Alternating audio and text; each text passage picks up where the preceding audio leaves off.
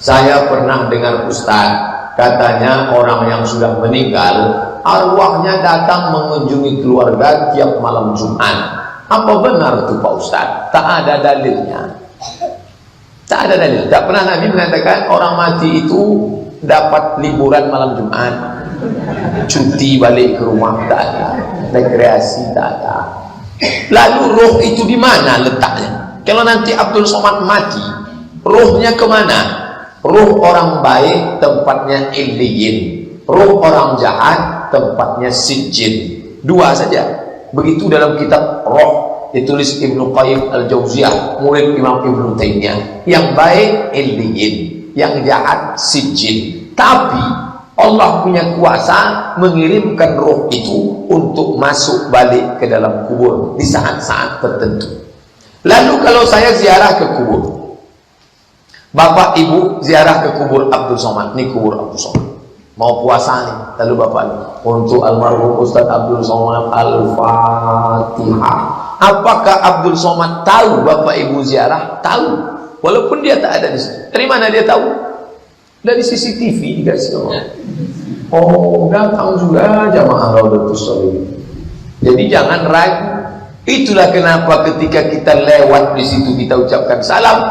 Kau tadi ucapkan salam tak? Ragu aku, Ustaz Somad tak ada tak tidak. Ustaz itu tetap tahu karena Allah kuasa untuk memberitahu kepada dia. Tadi jamaah mengucapkan salam, hai Abdul Somad. Siapa saja? Ada jamaah dari FSRNM, ada Pak Ketua Masjid, ada dari ini macam. Tapi ada yang satu tak ucapkan salam. Kenapa? Dia tak yakin kau tahu. Sedih saya. Kenapalah dia tak mau ucapkan salam? Maka ucapkanlah salam. Masalah dia berada tak berada di tempat, dia tahu.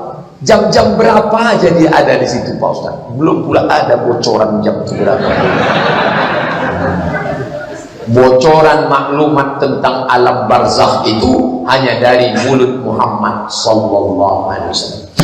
Bocoran pertanyaan di padang mahsyar dikasih taunya umur, ilmu, badan, masa muda. Yang lain tak dikasih tahu. Maka ilmu tentang akhirat itu disebut dengan sam'iyat. Sam'iyat, semua yang didengar telinga dari mulut Muhammad yang tertulis dalam hadis. Orang tak bisa menduga-duga. Menurut saya, roh itu datang malam Jumat. Saya siapa? Memangnya dapat wahyu? Kalau ada ustaz nanti katakan, menurut saya, roh itu balik malam Jumat. Itu dia dapat wahyu. Satu sel sama Lia Eden dan Ahmad Musadik. Ustaz, tetangga saya mendapatkan punya kelebihan yang menyiksa dirinya sendiri. Itu bukan kelebihan, kekurangan itu. Yaitu dapat melihat orang yang bakal meninggal, bertentangan dengan Quran. Wa ma tadri nafsum maza taksibu ghada. Tak ada orang yang tahu apa terjadi besok. Wa ma tadri nafsum bi ayyi ardin tamut. Tak ada orang yang tahu di mana dia mati. Kalau sudah bertentangan sama Quran, jangankan bertentangan sama Quran, kata Imam Syafi'i, kalau bertentangan dengan hadis, campakkan. Apalagi bertentangan dengan Quran. Jika dia berbicara melihat manusia yang mau meninggal, dia melihat orang tersebut tak ada kepalanya. Apakah ini kelebihan dari Allah? Ini datang dari setan. Dia sedang diganggu jin, maka dia mesti diobati dengan ruqyah. Bawa dia ke ruqyah. Nanti Ustadz Saifullah membuat ruqyah masal gratis, tak bayar. Minta acaranya di Arsi, Asosiasi Ruqyah Syariah Indonesia. Siapa yang bisa nengok Nyi Blorong, Mak Lampir, Suster Ngesot, maka matanya dimasuki jin. Jin itulah yang memantul bisa nengok. Maka jin itu mesti diusir. Kalau datanglah jin, pas saya berzikir, datang jin. Hai Abdul Somad, maukah aku masuk ke matamu supaya kau bisa nengok setan? Tak usah. Apa untungnya? Apa untungnya kalau bisa nengok setan? Jadi masalah ini banyak sudah ngaku ke saya, tak satu dua orang. Ada yang mengaku menengok sundel bolong, Gondorwo. Saya bilang ruqyah. Yang satu lagi di dekat Purna MTQ, tak boleh sebut namanya. Pak Ustaz, saya mau tanya Pak Ustaz, ini pertanyaan serius, tak bisa dapat orang banyak. Oke, nanti pas semua balik kita berdua. Saya nih ikut kelompok zikir Pak Ustaz, megang tasbih kayu. Setelah ikut nih saya bisa menengok semua yang ada di balik-balik dinding, semua yang tersembunyi bisa saya nampak. Ayo, wah ayo. Baiklah, dalam ilmu tasawuf ada namanya kasyaf. Ketika tirai tadi tertutup, saya tak nampak siapa yang ada di balik tirai. Ketika tirai terbuka, namanya kasyaf. Kasyaf itu tidak dipelajari, Allah kasih kepada si hamba, dan dia tak bisa diulang-ulang. Kalau Allah berkehendak bisa nampak, kalau tidak, tak bisa. Umar pernah kasyaf ketika dia sedang khutbah, ya Sariyah Jabal, di atas mimbar, ya Sariyah Jabal, ya Sariyah Jabal. Sariyah itu nama tentara, panglima perang. Sariyah sedang perang di Nahawan, jarak dari Madinah ke Nahawan sebulan perjalanan. Sariyah mendengar pesan Umar, hai Sariyah, bersembunyi ke balik bukit. Itu kasyaf, tak bisa diulang, tak ada siaran ulangan, live. Tiba-tiba ibu ini mengatakan, aku bisa tahu tamu yang mau datang. Saya bilang, kasyaf terbagi dua, kasyaf Rabbani, kasyaf ilahi, kasyaf syaitani. Bagaimana cara membedakannya? Jawab jujur. Setelah ibu bisa menengok balik-balik dinding, tahu tamu mau datang, makin ingat sama Allah atau makin lupa? Jawab. Makin lupa Pak Ustaz, setan. Cepat ruqyah, dia datang. Jangan sangka setan menggoda berzina, jangan sangka setan berzoda minum khamar. Di dalam zikir pun dia datang. Makanya orang yang ikut zikir harus mengikut mursyid. Orang yang tak bermursyid, mursyid itu penunjuk jalan, guide, dikhawatirkan dia nyasar. Karena dalam dunia spiritual susah membedakan antara Tuhan dengan hantu. Tuhan.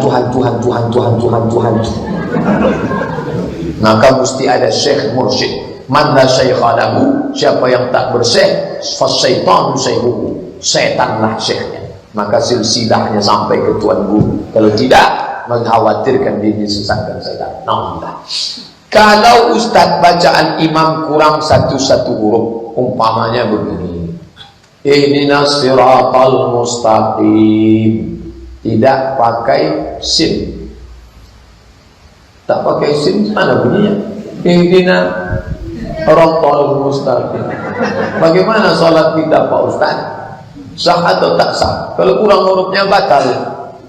Kalau sekedar talhin itu barisnya salah, atau hurufnya pakai shad jadi sin, ihdinas siratal, masih tetap. Tapi kalau kurang hurufnya, berubah maknanya, tak sah Fatihahnya, batal sholatnya. Mana dalilnya? La sholata, tidak sah sholat liman lam yaqra bi Fatihatil kitab, bagi orang yang tak baca Fatihah. Andai terjadi macam itu, mana tahu musafir ke Medan, musafir ke Jambi, mampir ke masjid, tiba-tiba dapat imam yang tak lengkap 4 sehat 5 sempurna, maka sholat itu diulang balik.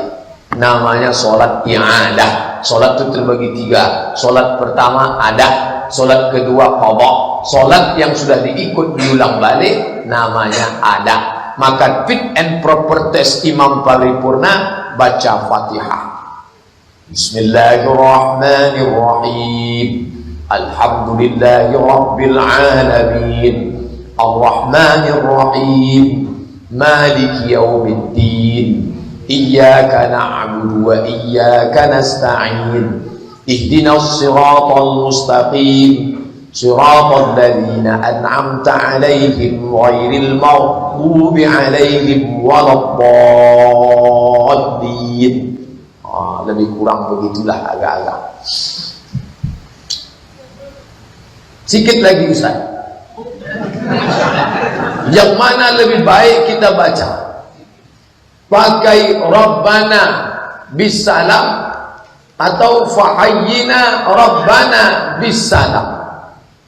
Fahayyina, fa maka, hayyina hidupkanlah kami, Rabbana ya Tuhan kami, bisalam dengan keselamatan. Fahayyina Rabbana bisalam. Itulah. Dua lagi Ustaz. Yang mana lebih baik kita baca? Rabbana sighara, Rabbayani saghira, Rabbayana saghira. Yang pertama, Rabbana ighfir lana dzunubana wa liwalidayna warhamhuma kama rabbayana saghira. Betul. Yang kedua, Rabbana ighfir lana dzunubana wa liwalidina warhamhum kama rabbawna shighara. Betul.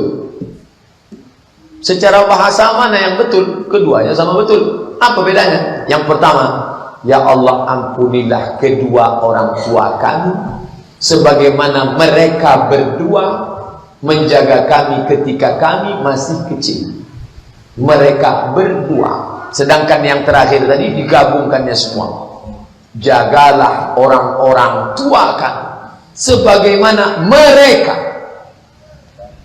Banyak. Mak saya, mak ibu, mak bapak, mak semua di kampung. Kalau yang pertama tadi tidak, jagalah kedua orang tua kami. Dua orang tua bapak, dua orang tua saya. Dua-duanya sama benar. Minta tolong dijelaskan Ustaz. Udah saya jelasin. Sebelum dan sesudahnya kami tak lupa aturkan terima kasih. Jazakumullah khairan. Hormat kami yang membuat. Mudah-mudahan apa yang kita kaji ini berubah menjadi amal soleh. Amin. Terima kasih atas segala perhatian. Mohon maaf atas segala kesilapan. Subhanakallahumma wa bihamdika asyhadu an la ilaha illa anta astaghfiruka wa atubu ilaik. Wa sallallahu ala sayyidina Muhammadin wa ala alihi wa sahbihi wasallam. Walhamdulillahirabbil alamin. Taqabbalallahu minkum minna wa minkum taqabbal ya karim. Assalamualaikum warahmatullahi wabarakatuh.